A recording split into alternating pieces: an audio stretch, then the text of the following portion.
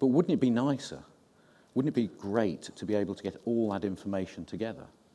And then we could really start to understand the variations and the effects and implications. And this is one of the things which I'd hoped for so many years, which is now starting to be realized. And that is the introduction of Osstell Connect the Cloud.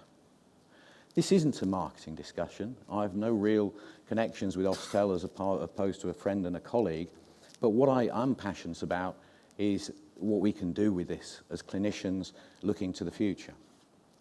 You may have heard of Osstell Connect as an online web-driven database. Knowledge is power these days, but we want to collect it as easily as we can. What Osstell Connect can do is all these things. So it can create a personal cloud-based database.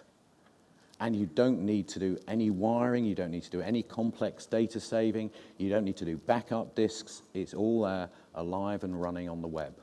And that makes life very easier.